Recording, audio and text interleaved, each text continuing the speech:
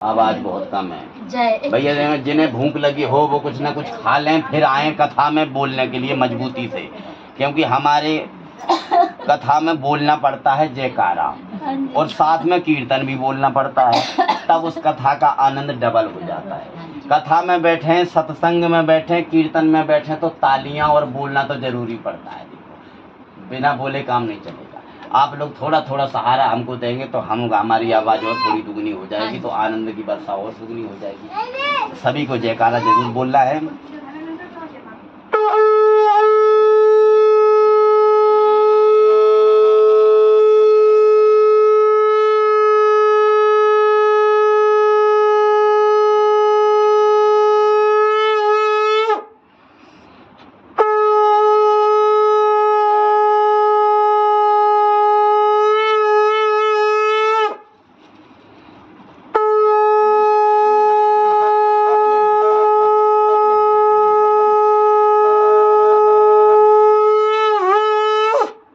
बोले सत्यनारायण भगवान की जय, लक्ष्मीनारायण भगवान की जय, श्रीमन नारायण नारायण नारायण, लक्ष्मी नारायण नारायण नारायण, श्रीमन नारायण नारायण नारायण, लक्ष्मी नारायण नारायण नारायण, श्रीमन नारायण नारायण नारायण, लक्ष्मी नारायण नारायण नारायण। बोल लक्ष्मी भगवान की जय, स्वामी सत्यनारायण भगवान की जय। अथ प्रथम अध्याय में एक समय ने मिश्रण तीर्थ में सोने का 88,000 ऋषियों ने श्री सूत जी महाराज से पूछा कि हे प्रभु, इस कलयुग में वेद विद्या रहित मनुष्यों को प्रभु भक्ति किस प्रकार मिलेगी तथा उनका उद्धार कैसे होगा? कोई ऐसा तप कहिए जिससे थोड़े से समय में पुण्य प्राप्त होवे, मन वांछित फल मिले, ऐसी कथा सुनने की हमारी इच्छा है। तब सर्वशास्त्र ज्ञाता श्री सूत जी महाराज बोले, हे वैष्णव में पूज्य, आप सबने प्राणियों के हित की बात पूछी है। अब मैं उस श्रेष्ठ व्रत को आप लोगों से कहूंगा जिस व्रत को नारद जी ने लक्ष्मीनारायण भगवान से पूछा था और लक्ष्मीपति ने मुनि श्रेष्ठ नारद जी से कहा था। एक समय योगीराज नारद जी दूसरों के हित की इच्छा से अनेक लोकों में घूमते हुए मृत्यु लोक में आ पहुंचे। यहाँ अनेक योनियों में जन्मे हुए प्राय सभी मनुष्यों को अपने अपने कर्मों के द्वारा अनेक दुखों से पीड़ित सोच देखकर सोचा कि किस यत्न के करने से निश्चय ही प्राणियों के दुखों का नाश हो सकेगा। ऐसा सोचकर नारद जी विष्णु लोक को चल दिए और वहां जाकर देखा कि श्वेत वर्ण और चार भुजाओं वाले देवों के स्नान बैठे हैं, जिनके हाथों में शंख चक्र गदा पद्म थे, वरमाला पहने हुए, स्तुति करने लगे। हे भगवान, आप अत्यंत शक्ति से संपन्न है, मन तथा वाणी भी आपको नहीं पा सकती, आपका आदि मध्य अंत भी नहीं है, आप निर्गुण स्वरूप और सृष्टि के आदि भूत भक्तों के दुखों को नष्ट करने वाले हो। प्रभु, आपको मेरा नमस्कार है। नारद जी से इस प्रकार की स्तुति सुनकर विष्णु भगवान बोले, हे प्रभु, हे मुनिश्रेष्ठ नारद जी, आपके मन में क्या है? आपका किस काम के लिए आगमन हुआ है? निसंकोच बताएं।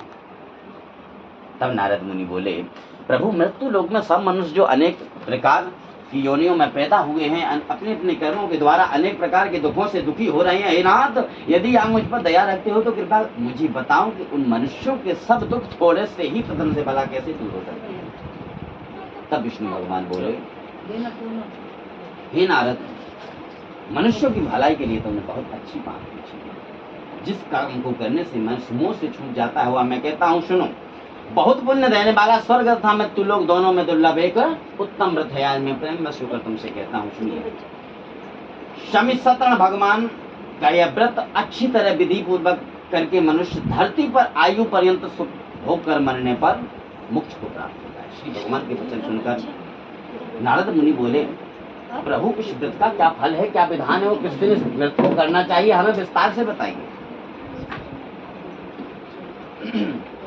तब भगवान बोले, दुख सुख आदि को दूर करने वाला, दुख सुख आदि को दूर करने वाला, धन धान को बढ़ाने वाला, सौभाग्य तथा संतान को देने वाला यह व्रत सब स्थानों पर विजय करने वाला भक्ति और श्रद्धा में। ऐसा नहीं है कि जब पूर्णमासी हो जब हमारी कथा हो, गुरुवार का दिन हो तभी हमारी कथा हो। कथा के अंदर शुद्ध लिखा है कि किसी भी दिन हमारे अंदर मन में श्रद्धा और विश्वास होना चाहिए भगवान के प्रति। हमारे अंदर एक श्रद्धा है, विश्वास है कि आज हमें कथा सुननी है, तो किसी भी दिन, कथा में लिखा है कि धर्म पारायण होकर भक्ति और भाव से किसी भी दिन आप स्वामी सत्यनारायण भगवान की कथा श्रवण कर सकते हैं। तो भक्ति और श्रद्धा के संग किसी भी दिन मनुष्य स्वामी सत्यनारायण भगवान की प्रातः काल के संग बंधु और बांधवों से भक्ति और श्रद्धा के संग धर्म पारायण होकर पूजा करें। भक्ति भाव से नैवेद्य लावे, केले के फल, घी, दूध, दही, गेहूं का चूर्ण, सबाया लेवे, गेहूं का चूर्ण हो तो साठी का भी चूर्ण ले सकते हैं, और भगवान को सभी पदार्थों को भगवान को अर्पण कर देवे।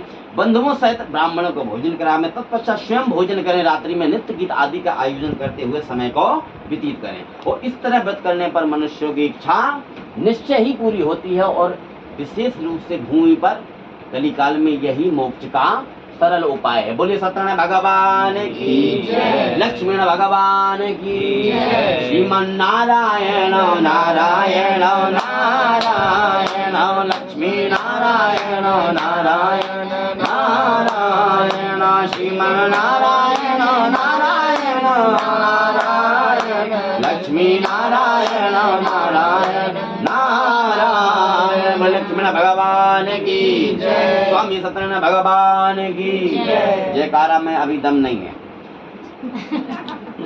द्वितीय अध्याय मैं पहली बार आया हूँ आपके यहाँ, तो कम से कम यहाँ की बड़ाई तो चिराग दिल्ली में करूँ जाके, तो वहाँ अच्छे लोग थे, बहुत ज्यादा अच्छा जयकारा लगाते थे, इसलिए अपना नाम अगर बनाना है तो जयकारा में थोड़ा दम लाइए। द्वितीय अध्याय में सूत जी बोले, हे अब आगे की कथा कहता हूँ, सुनिए। पहले समय में इस व्रत को किया, जिसने भी इस व्रत को किया पहले समय में, उनका इतिहास कहता हूँ, सुनिए।